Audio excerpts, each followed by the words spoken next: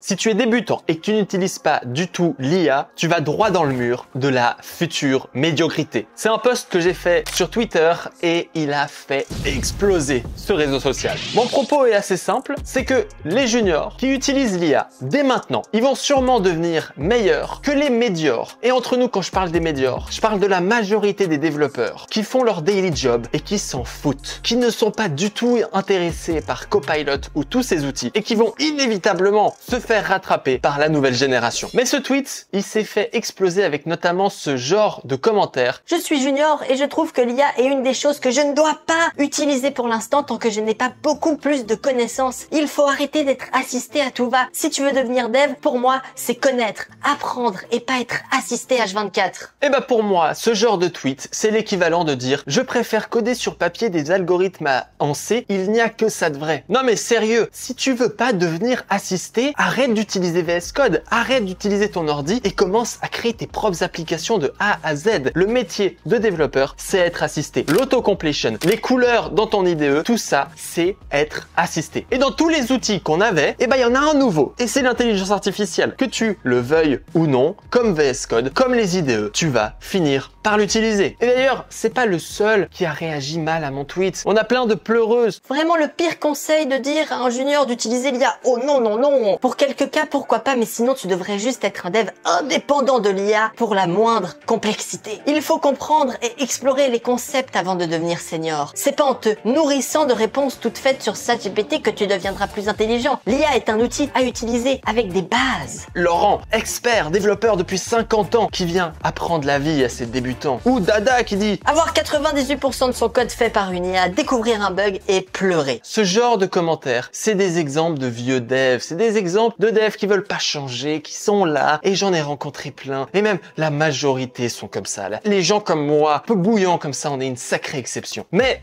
j'ai aussi rencontré d'autres développeurs. J'ai aussi rencontré des développeurs qui faisaient l'inverse, qui suivaient, on va dire, ma manière de penser. Par exemple, Nico Janen, que j'ai rencontré ici, qui a fait 100 000 € grâce à ses applications alors qu'il a appris à coder il y a un an. Il y a un an, il ne savait pas faire une ligne de JavaScript. Et pourtant, en seulement un an, il n'a pas créé une application, il n'a pas créé deux applications, il n'a pas créé 3 applications, mais il en a créé 4 et beaucoup plus parce que ça, c'est les 4 applications qui lui ont rapporté de l'argent. Et ces 4 applications, tu te rends compte qu'un débutant qui sort de nulle part en un an, eh ben ce gars qui a créé ces applications, je l'ai rencontré ici, ça c'est moi, ça c'est lui, on est là, on est heureux. Et devine quoi? Eh ben pour créer 4 applications et beaucoup plus en moins d'un an, eh ben il utilise l'IA. Oh, non! Ça veut dire qu'il comprend rien à ce qu'il fait. Ça veut dire qu'il est incompétent. Ouh là là, il utilise aussi VS Code. Ouh là là là là là là, mais c'est qu'il est nul, c'est qu'il est, il arrive rien à faire. Pourtant, ce mec-là, avec ses expériences, eh ben, je peux te dire qu'il est meilleur que certains anciens collègues qui avaient plus de 4 ans, 6 ans, 12 ans d'expérience. Parce que la majorité des gens, ils stagnent. Et quand tu crées des projets, quand tu arrives à faire 4 applications en moins d'un an, je peux te dire que tu stagnes pas, que tu utilises ou non l'IA. C'est juste qu'ici, l'intelligence artificielle, c'est un booster de tes capacités. C'est comme si tu avais l'armure d'Iron Man et que tu disais « Non, non, non, moi je préfère tout faire à la main. Je préfère créer ma propre armure. » Bah non, t'as un outil génial que tout le monde va finir par utiliser et toi tu me dis que tu préfères écrire du code sur papier? Mais tu te fous de ma gueule? Alors, maintenant, t'as compris mon avis, je pense. On va voir comment est-ce qu'on peut apprendre avec l'IA. Comment est-ce qu'en tant que débutant, toi, tu vas devenir une rockstar et comment est-ce que je te conseille d'utiliser cet outil pour devenir meilleur. Même si c'est ton premier jour de code, je te conseille de l'utiliser. On va voir ensemble 3 règles pour utiliser l'IA en tant que débutant. La première, c'est toujours comprendre. Tu dois comprendre ce que tu fais, comprendre le code qui est fait. Et le comprendre, ça veut pas dire le maîtriser d'une manière ultime. Non, ça veut dire réussir à l'expliquer, réussir à dire qu'est-ce que ça fait. S'il y a un autre dev qui arrive à côté de toi, tu dois pouvoir lui expliquer. Imagine-toi ce code. Améliore ce code, rends-le plus court et efficace. C'est le prompt que je lui ai donné et je lui ai envoyé un code que tu peux voir juste ici. Lui, il m'a envoyé ça. Imagine-toi que toi, en tant que débutant, tu ne connaisses pas Reduce, la méthode Reduce, qui est une méthode qu'on n'apprend pas à nos débuts et qu'on prend un peu de temps généralement à maîtriser. Là, tu as 2 choix. D'après les gens sur Twitter, eh ben, tous les débutants sont tellement idiots, ils ont tellement aucun respect qu'ils cliquent là, copie, copie, copie, copie, copie, et qu'ils le mettent dans leur IDE et que c'est fini. Non, non. en tant que débutant, en tant que développeur en général, en tant que personne intelligente, eh ben tu vas dire attends, je suis pas sûr de comprendre ce que c'est Reduce ici. Il faut que j'utilise Reduce. Quelle est son utilité à ce Reduce? Qu'est-ce qu'il faut que j'en fasse? T'as plusieurs choix. Tu peux tout simplement aller dans le chat avec ChatGPT et lui dire je suis un débutant qui n'a jamais utilisé Redux, explique-moi comment il fonctionne et en quoi il est pratique pour mon cas. C'est un prompt très simple et il va te donner une réponse quasi parfaite. Qu'est-ce que c'est Reduce? Eh ben c'est une méthode qui te permet de traiter, blablabla. On va pas s'intéresser à Reduce. Je te laisse regarder sa réponse. Il te fait un exemple, il t'explique comment ça va marcher et il t'explique en quoi c'est pratique ici. Ok, maintenant tu sais comment ça fonctionne, c'est bon, t'as compris, tu peux le copier. Mais non, faut être intelligent. Ne copie pas le code de l'IA, refais-le toi-même. Maintenant que t'as compris, maintenant que t'as ce nouvel outil qui t'a été apporté par un outil, mais tu vas dans ton code et tu te dis bah maintenant je vais réécrire ma méthode et je vais implémenter Reduce. C'est très simple, c'est très efficace et tu le fais comme ceci. Résultat, tu seras capable plus tard de réutiliser ce Reduce parce que tu l'auras compris, tu auras compris en quoi il était utile et tu auras pu le refaire. Exactement comme une code review avec un humain qui t'aurait dit et bah là tu peux utiliser Reduce. Puis après de ton côté, tu aurais dû t'y intéresser. Exactement comme pour un tuto, si tu suis mon tuto Next.js création d'une app avec OpenAI de A à Z, et bah je te conseille pas d'aller sur le GitHub et tout copier. Tu vas rien apprendre. Je te conseille de tout écrire avec tes doigts, en mettant pause, en essayant par toi-même, etc. Et je t'assure qu'en suivant ce premier point, tu vas devenir une rockstar. Deuxième point, tu ne fais pas confiance à l'IA. On est d'accord? On est d'accord jusqu'ici. L'IA, elle prend du LSD. L'IA, elle est droguée. Elle est plus droguée que les mecs qui sont sur Copangan. Sérieusement, elle dit n'importe quoi. Justement, c'est un avantage parce que toi, tu vas devoir analyser et comprendre. Encore une fois, analyse, compréhension. Notamment, attention, en utilisant Google. C'est pas parce que tu as un outil que d'un seul coup, tous les autres outils ils disparaissent. Non, tu peux toujours utiliser Google, tu peux toujours utiliser Stack Overflow et tu peux toujours utiliser l'outil que tu veux. Et en l'occurrence, tu tapes Reduce MDN et tu peux vérifier les informations que l'IA a dit. Et donc là, tu t'imagines comme tu deviens smart. Non seulement tu as les explications qui sont adaptées pour ton niveau, mais ensuite, tu connais la documentation, tu deviens une rockstar.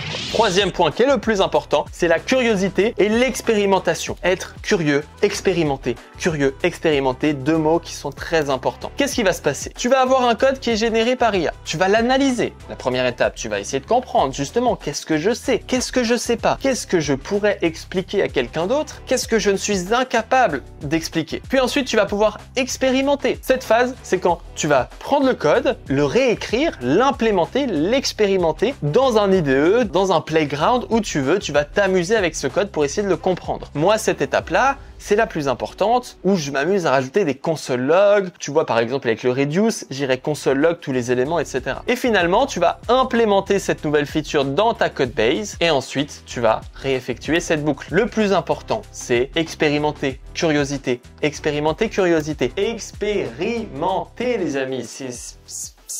Qu'est-ce que tu veux que je te dise? Quel est un cas concret? Parce que là, tu te dis, Melvin, mais je suis pas sûr de comprendre ce que tu veux dire, j'aurais besoin de plus d'informations, etc. Par exemple, moi, récemment, j'ai voulu créer ce timer. J'ai voulu, dans mes mails marketing, en tant qu'un vrai marketeur méchant, mettre un timer comme ceci. Le problème, c'est que les SaaS en ligne qui proposent ce genre de timer coûtent 8, 12, 20 $ par mois. Je me suis dit, ouh là là, j'ai pas envie de payer 20 $ par mois pour ajouter un timer une fois dans un email. J'ai demandé à ChatGPT, génère-moi un timer.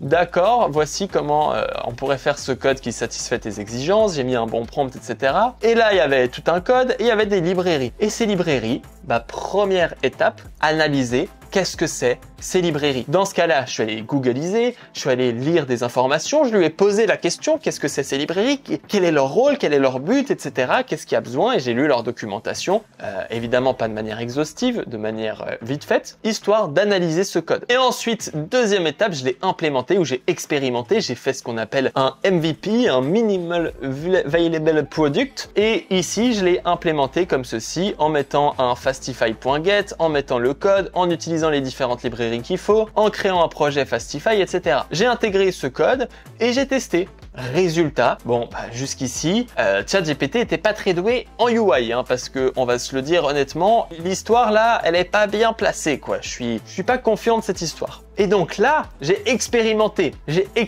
en passant des heures à modifier le code parce que je faisais cette tête là et ouf, c'est pas top. Donc, j'ai pas mal expérimenté pour atteindre un résultat comme ceci. Et ça, c'est moi qui l'ai fait. Résultat, pour faire tout ça, en ayant analysé, etc. le code, j'ai eu cette vision. Et là, j'ai compris comment ça fonctionnait. Aujourd'hui, je suis capable de t'expliquer chaque ligne de code que l'IA a générée de manière originale. Pour faire ça, j'ai dû comprendre. Je n'ai pas fait confiance au talent de l'IA. La preuve, je l'ai testé, je l'ai implémenté, je l'ai analysé, je l'ai expérimenté. Et finalement, j'ai expérimenté en m'appropriant ce code et en faisant en sorte que ce code m'appartienne à moi et créer mon application que j'ai ensuite déployée et que j'ai utilisé, ce qui m'a fait économiser 8 $ par mois, ce qui n'est pas piqué des hannetons. Si t'es pas d'accord, mets un commentaire et si t'es d'accord, va répondre à tous les gens qui sont pas d'accord pour un peu leur expliquer qu'est-ce qui se passe. Sûrement qu'ils ont loupé l'intégralité de ma vidéo. Si t'es intéressé à en savoir plus sur l'IA, tu trouveras des liens sur la description pour en savoir plus. Bref, tu retrouveras tout ça. Merci d'avoir regardé cette vidéo. Abonne-toi à ma chaîne YouTube, like ou dislike. Au moins on verra si j'ai vraiment dit n'importe quoi. Comme ça on verra la guerre qui bat entre les likes et les dislikes. On se dit à très bientôt. Ciao ciao.